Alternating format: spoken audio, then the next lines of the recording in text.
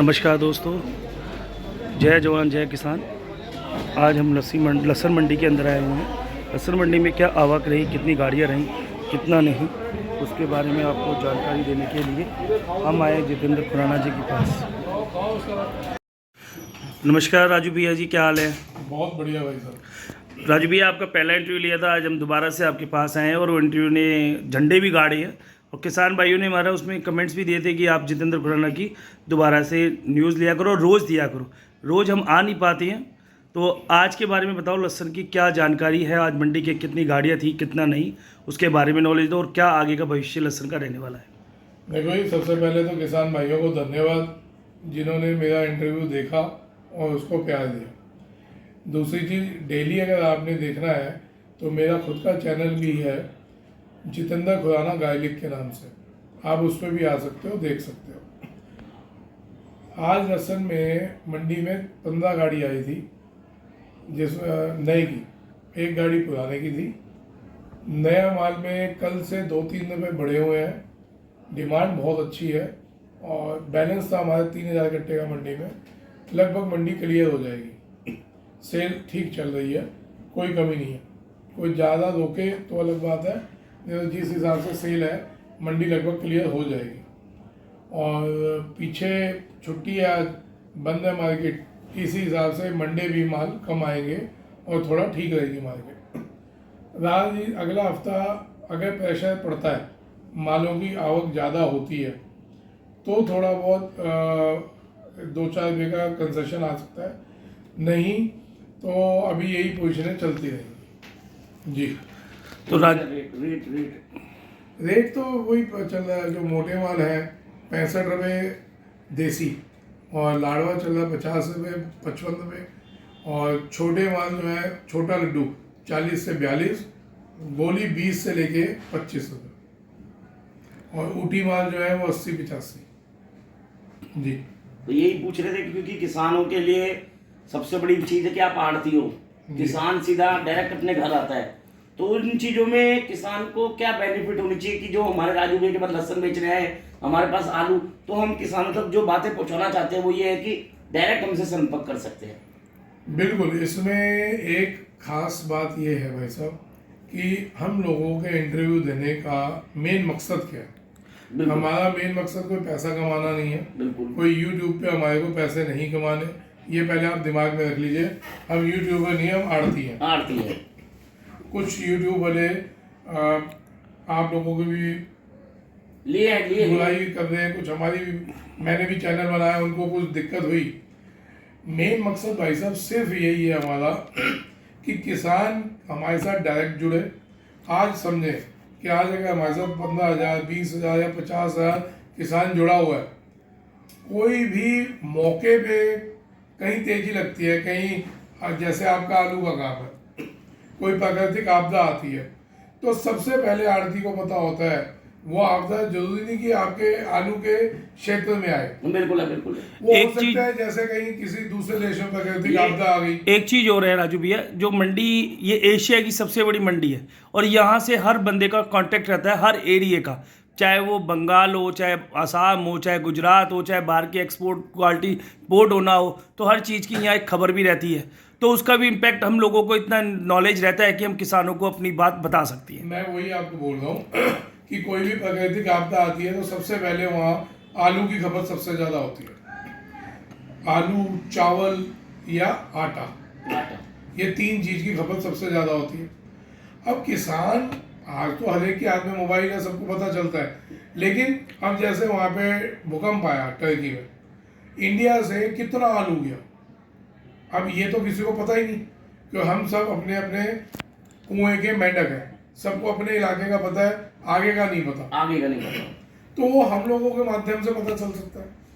कोई भगवान ना कहीं आपदा आए, लेकिन कहीं भी आपदा आती है तो सबसे पहले अगर हमारे टच में होंगे तो हम आपको बता सकते हैं कि भाई यहाँ ये दिक्कत हो चुकी, तो अभी हलचल होने वाली है, तो उसी हिसाब से आप अपना माल रोक के बेच सकते हैं या उसी हिसाब से अपना माल जल्दी बेच सकते हैं। जैसे आपने बताया लहसुन में 2-3 रुपए की तेजी है, एक अनुभव है कि अगले हफ्ते अराइवल तो बढ़ती है लेकिन 1-2 रुपए नीचे ऊपर होता है, लेकिन किसान तक ये खबर तो पहुंच जाती है ना कि हम लोगों ने आज बताया आलू पहले क्या होता था कि आवक आई 2 लाख कट्टा लहसन में हम ले रहे हैं कि डेली 1.5 लाख 2 लाख कट्टा आनी चालू हुई। तो वहाँ पे जो खरीदार होते थे वो एक घबराहट पैदा कर देते थे, 2 लाख कट्टा हो गया, अब कल भी 2 लाख कट्टा। अब किसान को अपने गांव का बहुत से बहुत अपने 50 किलोमीटर का 100 किलोमीटर का पता है, उससे ज़्यादा का तो वो ज्ञान नहीं रखता कि कौन सी मंडी क्या रेट चल रही है। बहुत से वो तो 3-4 मंडियों का ज्ञान रखता है, बिल्कुल। दिल्ली, बॉम्बे, बेंगलोर में ऐसे बड़ी बड़ी मतलब बाकी जो कहीं 100 मंडी है छोटी बड़ी, तो उनकी नॉलेज हम लोगों से पता चलती है कि वो मंडियों में भाव क्या चल रहे हैं। तो उस टाइम में घबराना चाहिए या नहीं घबराना चाहिए। वहाँ पे क्या है, 2 लाख कट्टा है, वहाँ का व्यापारी ने बोल दिया भाई माल बहुत है हम तो नहीं ले दे, या कोई भी ड्रामा, तो किसान घबराता है जैसे बेचो। जैसे अब आलू में ही हो रहा है ये कि एकदम पेप्सी वालों ने पेप्सी का बीज दिया LR का कई एरियो में, यूपी साइड में ज्यादा, जैसे अपना फरक्काबाद का आया फोन, अब वो उठा नहीं रहे। तो कई कंपनियों ने अपना बीज भी दिया लेकिन अब उठा नहीं रहे कि वो 350 का हो गया, 300 का हो गया, आलू मंदा होने से लोग उठा नहीं रहे। भाई साहब वही मैं बोल रहा हूँ, जो पिछले इंटरव्यू में भी मैंने बात की थी कि जो ये कॉन्ट्रैक्ट फार्मिंग हो रही है ये बिल्कुल भी नहीं होनी चाहिए, बंद होनी चाहिए, बिल्कुल बंद होनी चाहिए। आप देखें कि कंपनियों ने बीज दिया, खाद दी, किसान कहता है मेरे को घर बैठे सामान मिल गया, अब जब फसल आएगी मैं इसको दे दूंगा। आज खरीदने के टाइम कंपनी अपने आप को अपना लेवल दिखा रही है। मैं कड़वा शब्द औकात यूज़ नहीं करना चाहूँगा कि बड़े लोग हैं, कल को मेरे कोई लपेट दें, लेकिन आज कंपनी माल क्यों नहीं उठा रही भाई? जब आपने कॉन्ट्रैक्ट फार्मिंग की, आपने सीड दिया, आपने खाद दिया, आपने और भी कोई मदद की होगी, इसीलिए दिया ना कि फसल पैदा होगी आप लोग लेंगे, तो अब आप क्यों नहीं लेते? मद्दा हो गया इसलिए। यही कॉन्ट्रैक्ट फार्मिंग आप लोगों को मारेगी। आप लोग बिल्कुल कॉन्ट्रैक्ट फार्मिंग के उसमें नहीं जाओ। आप आओ ना आड़तियों पे, जो भी आपका आड़ती है आप उसको बोलो जिससे टर्म्स मिलने हो, जिसके आपके साथ टर्म चल रहे हैं पुराने। भाई आप पहले भी तो लेते थे, बीच के टाइम पे भाई 10,000 दे दे, मैंने खेती करनी है, या 20,000 दे दे, गवर्नमेंट भी लोन दे दिए। अब तो वो जो कॉन्ट्रैक्ट फार्मिंग लेकिन उनसे लेने हैं, अब आप गवर्नमेंट से उठा लो अपना। जरूरत नहीं पड़ती वैसे किसानों को, क्योंकि अब उन किसानों को पड़ती है क्योंकि जो थोड़े से नए कर रहे हैं, लेकिन पुराने जिन्होंने कर रखा है वो आलू का पहले ही अपना बीज स्टॉक रख लेते हैं थोड़ा बहुत। क्योंकि मैं यही कहूँगा, क्योंकि देखो कई किसान सोचे हम ऐसे बोल रहे हैं, लेकिन हम यही कहेंगे किसानों से कि फार्मर में ना जाए। अब मैं वही कह रहा हूँ, एक चीज है ना, ये चीज बिल्कुल भी जरूरत नहीं है, ना किसी को लोन उठाने की जरूरत पड़े, ना किसी को बीज उठाने की जरूरत पड़े। आप समझें, आज अगर 350 रुपये का रेट चल रहा है, अब वो लेने के टाइम ड्रामा क्या कहते हैं कि जो हमारे को इसी साइज का ही चाहिए, तेजी आ जाए तो आपका एक गोली भी नहीं बेचने देंगे आपको। बिल्कुल है, तो आप तो अटक गए ना। राजू भैया बिकता नहीं, तेजी में वो आपका माल महंगा बेचने नहीं देते। राजू भैया हमने एक चीज़ ये भी देखी है, जो हमारे चैनलों से जो हमारे किसान भाइयों को जो आज नॉलेज मिली है, और जो रेटों का भाव जो मंडी का एक मिलता है उनको, जो रेट झूठे देते थे कि फ़ोन पे रेट दे दिया, माल मंगवाना होता था उनका सस्ता काट दिया, लेकिन अपने चैनल के जो माध्यम से आज जो यूट्यूब इतने चैनल बने हैं उनके माध्यम से एक तो रेट बिल्कुल जेन्युइन जाने लगा, किसान सतर्क होने लगा, किसान को हर चीज़ की नॉलेज होने लगी, उसको मंडी का भाव पता लगने लगा, उधर मंडी में क्या भाव है, दिल्ली आज़ादपुर मंडी में क्या भाव है उसके बारे में भी पता लगा। बीज के दलाल जो थे, जितने बीज के बारे में बोला जाता था कि लोग जो होते थे जो माल भिजवाते थे आड़तों पे, वो बंद हुआ। तो इसके बारे में आप क्या कहोगे? सर अब आपको इस वाली बात पे मैं दोनों तरफ लेके चल रहा हूँ कि किसानों को भी पता चल रहा है कि एक्चुअल रेट क्या चल रहा है मंडियों में, खरीदारों को भी पता चल रहा है कि एक्चुअल रेट क्या चल रहा है। मंडी के, हमारी आज़ादपुर मंडी के कितने लोगों ने मेरे को आके बोला, हमारे आड़ती भाइयों ने, आलू में भी बोला इनसे कि भाई आप बिल्कुल भी इंटरव्यू नहीं दो, हाँ आप क्यों इंटरव्यू दे रहे हो। अब मैंने उनसे एक ही क्वेश्चन पूछा कि आपको इससे क्या हानि हो रही है, जो आप मेरे को मना कर रहे हैं कि आप इंटरव्यू नहीं दो, उससे आपको दिक्कत क्या होती? दिक्कत उनको है ना कि वो माल वहाँ से सस्ता खरीद के यहाँ महंगा बेच सके। वो क्या हो रहा था दिक्कत कि उन्होंने ग्राहक को बोला, खरीदार को, हाँ। कि भाई 55 रुपये का भाव है, ठीक है, लिया 50 का, जब हम बता रहे हैं आपको अपने इंटरव्यू में ये 50 रुपये का माल है, अब वो 55 का बेच रहे हैं, 5 रुपये का यहाँ उनका पपलू खराब होता है। किसान को बोला भाई ये तेरा माल 50 का बिकता है, बेचो 55 का, 5 जगह पकड़ू यहाँ खराब होता है। तो उससे उनको जो हेरा फेरी कर देते उससे उनको दिक्कत होती, उन पे लगाम लगी है। उन पे लगाम लगी।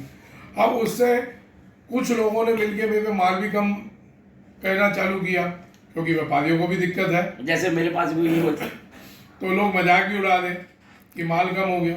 तो भाई साहब हम इन चीज़ों से नहीं डरने वाले।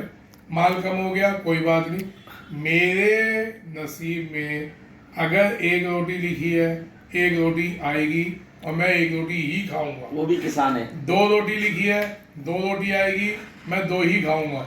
कोई भी मेरे को मेरी रोटी खाने से रोक नहीं सकता, भले कोई जितनी भी प्लानिंग कर ले। भगवान बैठा है, वो अपने आप हर एक को रोटी देता है। हम लोगों ने एक बीड़ा उठाया है कि हम किसानों तक उनके चौखट तक उनके पूरे रेट का जो हम यहाँ मंडी का हम जो रेट देते हैं वो रेट उन तक पहुँचाएंगे। और एक न्यूज़ चैनल, एक मीडिया, एक सोशल मीडिया के माध्यम से हम उनको सारी जानकारी भी देती है। किसान आज देखो सतर्क भी हुआ है, और जितने भी किसान हमारे भाई जो हैं चैनल के थ्रू आपका नंबर भी लेते हो और आपसे कॉल भी करते हैं, व्हाट्सअप भी करते हैं, उनसे आप रेट भी देते हो, तो किसान उससे संतुष्ट भी हुआ है। आने वाले टाइम में माल किसान डायरेक्ट लेके आए, डायरेक्ट संबंध बने। हमारा एक यही है कि जितने भी हो सके डायरेक्ट किसान जुड़े, चाहे व्यापारी के थ्रू दे, लेकिन मंडी का एक माहौल उनको पता लगना चाहिए कि मंडी में। मैं आपकी बात यहाँ काट रहा हूँ कि डायरेक्ट किसान माल लेके आए। देखो जिसको पड़ता लगे वो आए। हमारा मकसद किसान का माल मंगवाना नहीं है, हमारा मकसद उन तक सही जानकारी देना, सही जानकारी पहुंचाना है। बिल्कुल बिल्कुल। जिसको सही लगेगा वो आएगा, जिसको सही लगेगा उसको आसपास की मंडी में बेचना है वो वहाँ बेचे। हमारे को कोई लालच नहीं है। मैं फिर बस कि हमारे को माल मंगवाने की वजह से हम इंटरव्यू नहीं देते। अगर माल इंटरव्यू देने से माल आने लग जाए तो आज सारे आदमी इंटरव्यू देने लग जाए। बिल्कुल बिल्कुल बिल्कुल। ये इंटरव्यू देने के लिए भी ना जिगरा चाहिए होता है राजू भैया, क्योंकि इंटरव्यू में जो आदमी देगा वो जो सच्चाई बताएगा। हमारे को धमकियां मिली हैं भाई। हाँ। चाइना लहसन के टाइम पे मेरे को खुली धमकियां मिली हैं कि आप बिल्कुल इंटरव्यू नहीं दो, अगर आप दोगे तो आपको दिक्कत आएगी। तो आई, हमारे को ऊपर धमकी मिली, हम तो फिर भी चौड़े में बैठे हैं भाई, जिसको गोली मारनी मार दे, लगेगी तभी जिस दिन मेरी मृत्यु लिखी होगी। बिल्कुल बिल्कुल। और अगर नहीं लिखी होगी तो लग के भी मैं बच जाऊंगा, तो मेरे को क्या फर्क पड़ता भाई धमकी से। बिल्कुल राजू भैया। और जो अब किसानों के लिए आप क्या एक संदेश देंगे कि आगे आने वाला जो टाइम है किसानों के लहसन के लिए कैसा रहेगा, कब तक कौन सी फसल क्या रंग दिखाएगी?